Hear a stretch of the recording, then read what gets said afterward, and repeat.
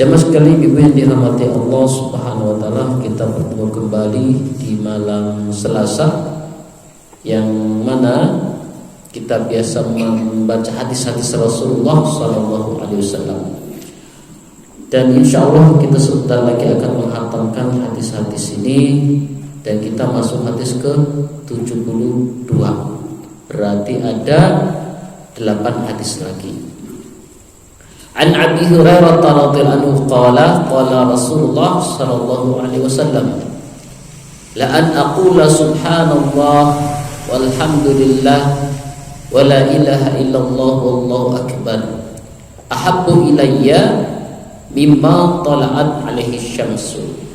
Dari Abu Hurairah radhiyallahu anhu berkata, Rasulullah sallallahu alaihi wasallam bersabda, saya lebih cinta untuk mengucapkan subhanallah, alhamdulillah, la ilaha illallah, dan Allahu akbar. Jadi Rasulullah SAW sangat cinta dengan 4 zikir ini, 4 kalimat thayyibah ini, subhanallah, alhamdulillah, la ilaha illallah, wallahu akbar. Nah, apa keutamaan dari hadis ini? Jamaah sekalian dirahmati Allah Subhanahu wa taala, hadis ini menunjukkan bahwa Allah mengkhususkan 4 zikir ini, kalimat thayyibah ini dengan kalimat yang sangat agung, yang sangat mulia, yang kedudukannya berbeda dengan zikir-zikir yang lain. Di dalam penjelasan ulama bahwasannya subhanallah adalah pensucian Allah dari segala kekurangan. Ya. Jadi kalimat subhanallah pensucian Allah dari segala kekurangan, karena Allah itu maha sempurna. Maka kita muji Allah dengan subhanallah, kita mensucikan Allah dari berbagai macam jenis kekurangan. Alhamdulillah, yakni kita mengakui memuji Allah dengan segala nikmat-nikmatnya. Nikmat yang Allah berikan kita begitu banyak, ya, dari ujung kaki kita sampai ujung rambut kita. Bahkan ada nikmat-nikmat yang tentunya setiap hari tidak kita minta, Allah berikan, ya. Makanya kita mengucapkan banyak memuji Allah. Alhamdulillah, kita mengakui pengakuan sebaik-baik pengakuan atas segala nikmat Allah Subhanahu wa ta'ala. Dan la ilaha illallah, yakni pengesaan Allah Subhanahu wa ta'ala. Kita mengakui, meyakini tidak ada sembahan yang paling berhak disembah kecuali Allah. Dan terakhir Allahu Akbar, pengakuan bahwa Allah lebih besar dari segala sesuatu. Makanya zikir ini jawabkan rahmati Allah Subhanahu wa taala berbeda dengan zikir-zikir yang lain. Makanya Rasulullah sangat cinta karena kandungannya ini jamaah sekalian. Kandungannya adalah pertama subhanallah, pensucian, mensucikan Allah dari segala kekurangan. Alhamdulillah, ya, pengakuan, pujian bahwa segala nikmat sumbernya dari Allah Subhanahu wa ta'ala. Dan la ilaha illallah, pengesaan Allah dari berbagai macam tandingan-tandingan dalam beribadah, mengesahkan Allah dalam ibadah. Dan Allahu Akbar, pengakuan bahwa Allah Maha Besar. Makanya zikir ini dicintai oleh Rasulullah sallallahu alaihi wasallam karena ketinggian, agungnya kedudukan 4 zikir ini. Makanya Rasulullah mengatakan, la an aqula subhanallah walhamdulillah wa la ilaha illallah wallahu akbar. Pada kedua, jamaah sekalian dirahmati Allah Subhanahu wa taala, bahwa hadis ini menganjurkan untuk kita banyak-banyak zikir dengan 4 zikir ini. Jadi satu paket. Ya, subhanallah walhamdulillah. Ini tadi zikirnya lupa ya. Subhanallah walhamdulillah wa la ilaha illallah wallahu akbar. Satu paket. Ya. Karena nilai dari 4 zikir inilah Rasulullah SAW, kandungan dari 4 zikir inilah Rasulullah SAW sering berzikir dengan 4 zikir ini. Hadis berikutnya jamaah sekalian dirahmati Allah Subhanahu wa taala, bahwa hari kiamat pasti datang. Khususnya hari kiamat mendatangkan ketakutan bagi orang-orang yang jelek akhlaknya, buruk akhlaknya. An Abdillah bin radhiyallahu anhu anin Nabi sallallahu alaihi wasallam qala la taqumu as-sa'atu illa ala shirarin nas. Ya. Dari Abdullah radhiyallahu anhu dan Nabi sallallahu alaihi wasallam sabda, tidaklah kiamat terjadi kecuali terhadap manusia yang buruk. Ya, artinya orang beriman tidak merasakan bagaimana dahsyatnya kehancuran alam. Apa faedah dari hadis ini? Jamaah sekalian dirahmati Allah Subhanahu wa taala, hadis ini menunjukkan hari kiamat akan terjadi menimpa pada orang-orang yang akhlaknya buruk.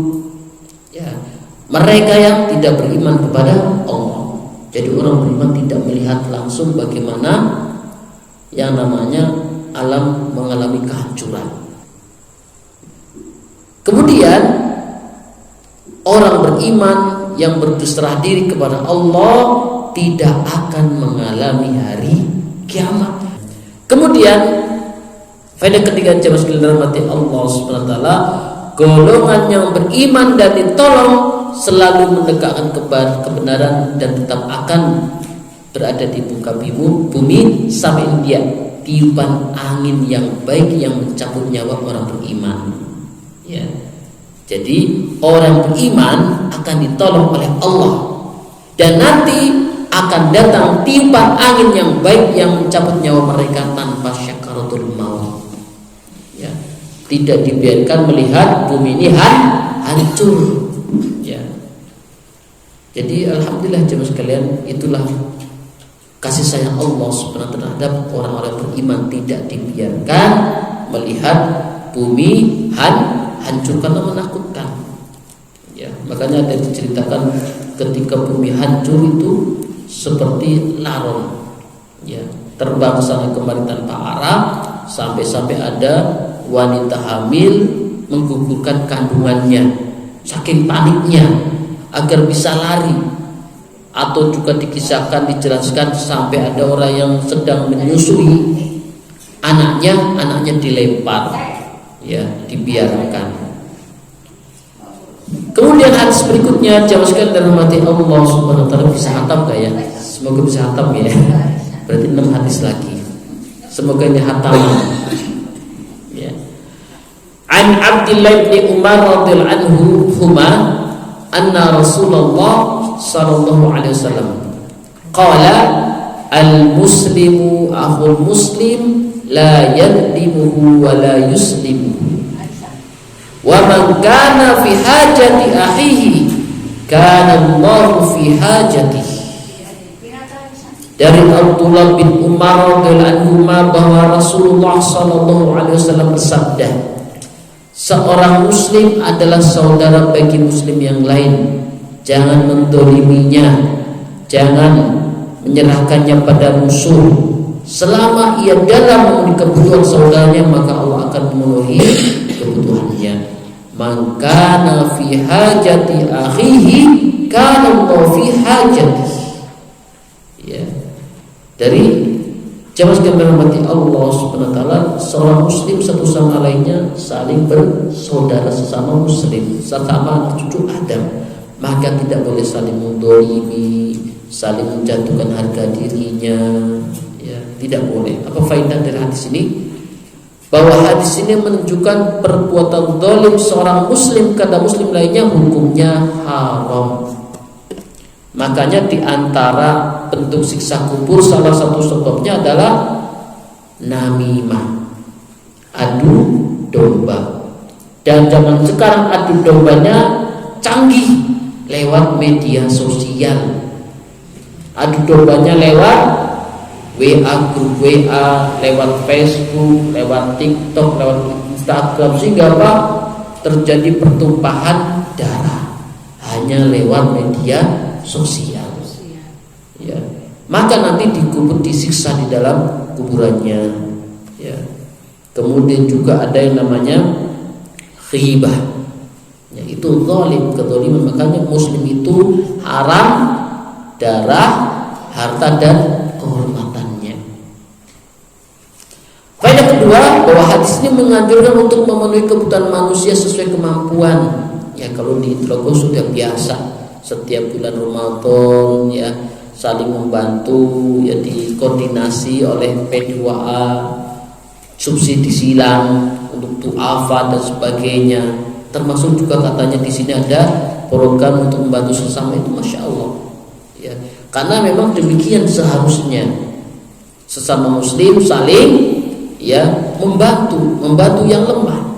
Demikian zaman dulu juga demikian zaman dulu ketika Rasulullah SAW sedang khutbah, ada orang kampung datang kepada Rasulullah minta sedekah.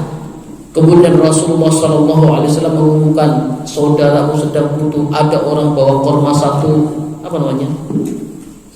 pisah itu satu tandan ya. Ada yang bawa emas dan sebagainya, sehingga sorbannya itu penuh dengan makanan untuk orang yang butuh. Ya.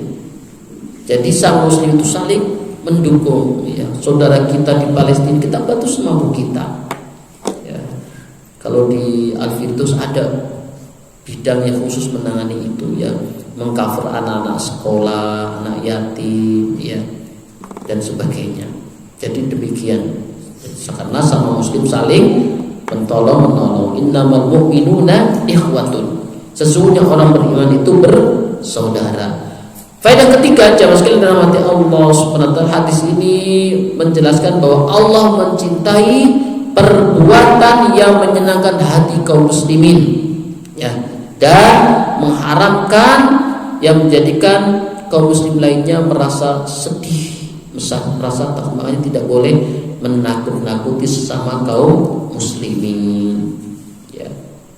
Hadis berikutnya, ya, jamaah sekalian dalam hati Allah Subhanahu wa taala, tentang adab di majlis. Ya. An Abi Sa'id Al-Khudri Rasulullah sallallahu alaihi wasallam qala sami'tu Rasulullah sallallahu alaihi wasallam yaqul khairul majalis awsa'uha. Dari Abu Sa'id Al-Khudri radhiyallahu anhu, yang berkata, saya pernah mendengar Rasulullah sallallahu alaihi wasallam, sebaik-baik majlis adalah yang paling luas. Apa maksudnya? Jamaah sekalian dalam hati Allah Subhanahu wa taala. Pertama, hendaknya ya seseorang memberi kesempatan saudara untuk ya menempati tempat duduknya, ya, cari tempat yang nyaman, tidak desak-desakan. Ya, alhamdulillah Masjid Mujahidin luas sehingga tidak usak-usakan. Sebaik-baik majlis ada majlis yang luas, yang lapang, yang nyaman, tidak saling berdesak-desakan. Ini majlis yang sangat baik dan dicintai oleh Rasulullah SAW. Kemudian di antara adab majlis adalah tidak duduk di jalan, makanya dilarang orang duduk di tengah jalannya. Ya, tidak boleh duduk di tengah-tengah jalan menghalangi, karena ada hak-hak jalan. Tidak boleh seorang duduk di mana orang dia berjalan, tidak boleh.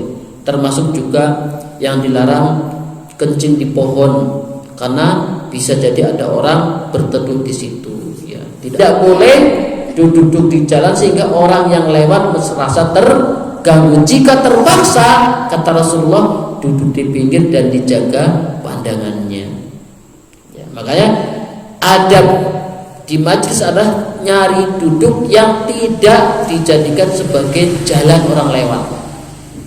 Ya, itu tidak boleh. Kemudian jamaah sekalian dirahmati Allah Subhanahu wa taala, di antara bacaan ruku dan sujud kemarin sudah disinggungnya, diulang lagi karena dengan riwayat yang berbeda. Ya, jadi dari sini jamaah sekalian, bacaan sujud itu bermacam-macam, bukan hanya subhana rabbiyal a'la. Dan bacaan ini biasanya dibaca ketika selesai sholat witir. Itu dibaca setelah witir selesai. Ya. An Aisyah radhiyallahu anha anna Rasulullah sallallahu alaihi wasallam kana yaqulu fi ruku'ihi wa sujudihi. Ini boleh dibaca jam sekalian. Jadi bukan hanya dengan ruku subhana rabbiyal azimi wa bihamdi, atau ketika sujud subhana rabbil a'la. Boleh baca ini jamaah sekalian. Subuhun qudusun Rabbul malaikati war ruh. Karena Rasulullah pernah membaca di rukuk dan sujudnya ketika sholat, Subuhun qudusun Rabbul malaikati war ruh. Boleh. Ya. Ini diantara bacaan rukuk dan sujud yang dibaca Rasulullah, Subuhun qudusun Rabbul malaikati war ruh. Apa faedah dari hadis ini jamaah sekalian dirahmati Allah SWT?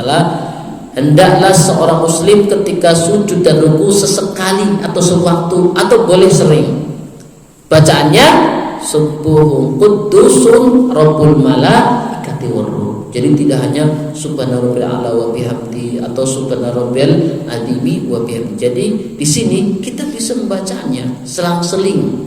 Apa faedahnya?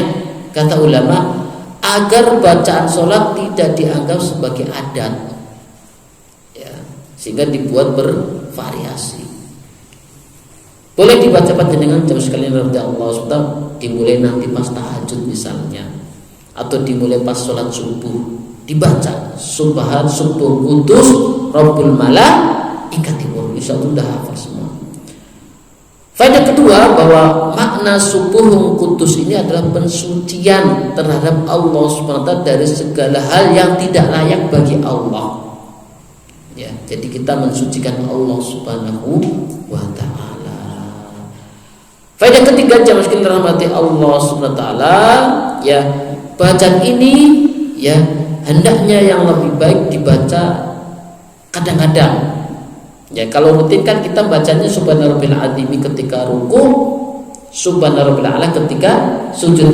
Jenengan bisa diselingi, ya, mungkin seminggu sekali atau seminggu 2 kali dengan bacaan ini. Kemudian jamaah sekalian ibu yang dirahmati Allah Subhanahu wa taala, hadis faedah berikutnya bahwasannya, ya, hadis ini menunjukkan bahwa dalam rukun terkumpul zikir dan doa, ya, yang menunjukkan tentang pengagungan seorang hamba kepada Allah Subhanahu wa Ta'ala. Jadi dalam rukun kita diminta untuk mengagungkan Allah. Makanya enak kalau sholat itu faham semua bacaannya. Apa besok kita bahas makna-makna bacaan sholat setelah khatam ini? Jadi kalau kita faham bacaan sholat, sholatnya bisa khusyuk, ya, karena setiap gerakan faham maknanya. Dari sini, ketika kita ruku, sejati kita sedang mengagungkan Allah Subhanahu wa Ta'ala. Ketika sujud, kita sungguh-sungguh berdoa kepada Allah Subhanahu wa Ta'ala. Jadi maka nek panjenengan tahajud atau duha, ketika punya hajat yang ingin sekali dikabulkan, dibaca ketika sujud. Ya, dengan sholat tahajud punya hajat, perlama sujudnya. Tapi jangan ketika berjamaah, nanti ketinggalan rakaatnya. Jadi jenengan dimanfaatkan ketika tahajud atau duha, sujudnya diperlama. Kita doa, Rabbana hablana min azwajina, atau Rabbi ja'alni muqimas sholat, Allah, atau Allahumma inna nas'alukal afwa wal afiyah. Selama redaksinya pakai bahasa Arab, ya, yang hafal. Karena dalam sholat. Tapi kalau di luar sholat silahkan pakai bahasa Jawa, monggo, pakai bahasa Indonesia, monggo. Kalau di luar sholat. Hadis berikutnya jamaah sekalian dirahmati Allah Subhanahu wa Ta'ala, ya, ternyata bisa hatam, ya. Sudah hadis ke-77, ya. Sengaja tidak melebar biar hatam. Hadis ke-77 jamaah sekalian dirahmati Allah Subhanahu wa Ta'ala. An Abi Hurairah radhiyallahu anhu anna Rasulullah sallallahu alaihi wasallam man kana yu'minu billah, ini sering sekali disampaikan di pengajian ini. Man kana yu'minu billahi wal yaumil akhir falyaqul khairan aw liyasmut. Wa man kana yu'minu billahi wal yaumil akhir fala yu'ti jarahu. Wa man kana yu'minu billahi wal yaumil akhir falyukrim dhaifahu. Dari Abu Hurairah radhiyallahu anhu bahwa Rasulullah sallallahu alaihi wasallam bersabda, barang siapa yang beriman kepada Allah dan hari akhir, maka berkatalah yang baik atau diam. Ya. Dan barang siapa beriman kepada Allah dan hari akhir, jangan menyakiti tetangganya. Dan barang siapa yang beriman kepada Allah dan hari akhir, maka muliakanlah tamunya. Apa faedah dari hadis ini? Jemaah sekalian dirahmati Allah SWT. Hadis ini memerintahkan kepada kita untuk menjaga lisan. Jadi jemaah sekalian dirahmati Allah SWT, salah satu hukuman khusus yang dijelaskan secara detail adalah hukuman sebab lisan, jemaah sekalian.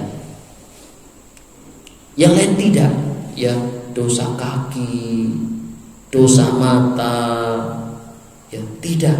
Tapi untuk lisan Rasulullah jelaskan. Artinya apa? Orang masuk neraka kemungkinannya paling besar ada karena lisannya. Makanya perkara yang paling banyak memasukkan orang ke dalam neraka adalah lisan dan kemaluan. Kemudian Rasulullah menjelaskan di akhirat nanti di mahsyar akan ada orang yang berjalan dengan kedua bibirnya. Dijelaskan, tapi kalau kaki nggak ada, ya. Kalau mata nggak ada secara khusus, tapi yang secara khusus adalah dosa. Di sana banyak orang lengah dengan, apalagi di media sosial, ya, yang kritik sana, kritik sini, ngejek sana, ngejek sini, dibuat status dengan orang lain karena tulisan wakil dari lisan. Hati-hati jemaah sekalian. Jadi peluang kita masuk neraka itu besar karena lisan kita yang tidak dijaga. Kemudian setelah itu, ketika Nabi Muhammad SAW Isra Mi'raj bawa jalan-jalan ke neraka, diperlihatkan neraka. Ada orang yang kukunya terbuat dari besi runcing tajam, dia merobek-robek bibirnya.